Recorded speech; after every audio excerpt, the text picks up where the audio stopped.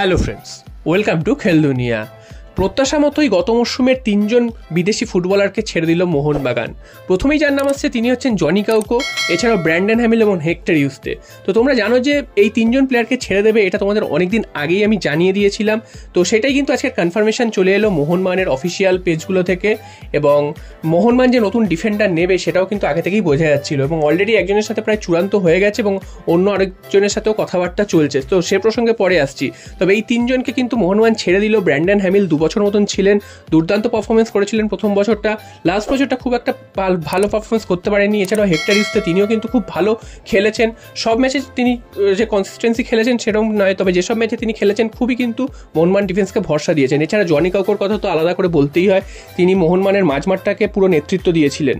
তো এই তিনজন প্লেয়ারকে কিন্তু ছেড়ে দিল মোহনবাগান। এবার দেখা যাক নতুন মরশুমে কোন কোন প্লেয়ার আসে। এরপর চলে আসি আরও একটা খবরে, সেটা হচ্ছে ছাংতের খবর। তোমরা জানো যে গতকাল ছাংতে কলকাতায় আসার পর থেকে একটা গুঞ্জন শুরু হয়েছিল যে মোহনবাগানে তিনি হয়তো যোগদান করবেন, কারণ ছাংতের সাথে মোহনবাগানের লিঙ্ক আপ কিন্তু ছিল অনেকদিন আগে থেকেই, এবং যেহেতু কলকাতায় এসছে তাই 2-2 4 করে ফেলেছিলেন অনেকেই। তবে মোহনবাগান সমর্থকদের জন্য একটা হতাশার খবর, ছাংতে কিন্তু মোহনবাগানে জয়েন করছে না, উল্টে কিন্তু তিনি মুম্বাই সিটি এফসির সাথে আরও চুক্তি বৃদ্ধি করে নিল, সেটাও কিন্তু অফিসিয়ালি কনফার্মেশন দিয়ে দিল মুম্বাই সিটি এফসির তরফ থেকে। তার সাথে 2027 সাল অবধি কিন্তু চুক্তি বৃদ্ধি করেছে মুম্বাই, এবং এর ফলে কিন্তু মোহনবাগানকে যদি এরপরে নিতে হয় ছাং থেকে, সেক্ষেত্রে কিন্তু একটা বিরাট পরিমাণে ট্রান্সফার ফি দিয়েই নিতে হবে।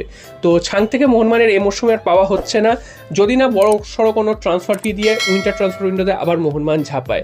এরপর চলে আসি শেষ খবরে, সেটা হচ্ছে মোহনবাগান গতকালই কিন্তু একজন বিদেশিকে অনেকটাই চূড়ান্ত করে ফেলেছে, তার নাম হচ্ছে আলভারো রড্রিগেজ। এই প্লেয়ারটি ডিফেন্সের প্লেয়ার।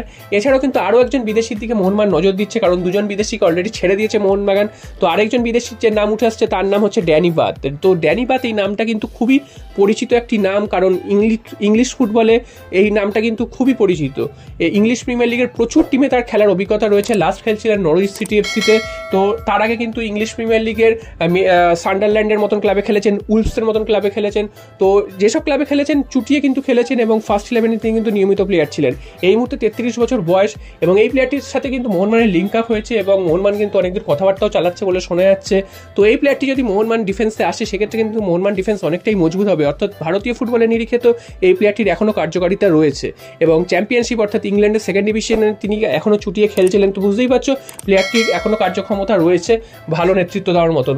তো এই প্লেয়ারটিকে যদি মোহনবাগান সই করাতে পারে, তাহলে কিন্তু একটা বড় নাম মোহনবাগান সই করাবে, সেটা কিন্তু বলাই যায়। এবং এই প্লেয়ারটি কিন্তু ভারতীয় বংশোদ্ভূত প্লেয়ার।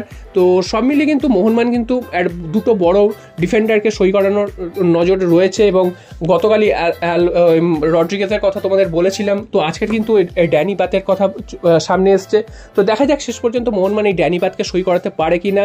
তো যদি সই করাতে পারে, সেক্ষেত্রে তোমাদের মতামত কি সেটা তোমরা অবশ্যই কমেন্ট বক্সে জানিও, যে এরকম ড্যানি বাতের মতন বিদেশি কি দরকার আছে, নাকি কোনো আরও শক্তপোক্ত কোনো বিদেশি যদি মোহনবাগানে আসতো সেক্ষেত্রে ভালো হতো। এই প্রশ্নটা কিন্তু এর আগের দিন আমি রেখেছিলাম, কারণ মোহনবাগানে কিন্তু এই বিদেশিরা, ইউরোপিয়ান বিদেশিরা আসলে হয়তো পারফরমেন্স করে, তবে কনসিস্টেন্স পারফরমেন্স থাকে না তাদের, এবং যার ফলে কিন্তু মরশুমের মাঝপথে ভুগতে হয় বা ফিটনেসের অভাবে ভুগতে হয়।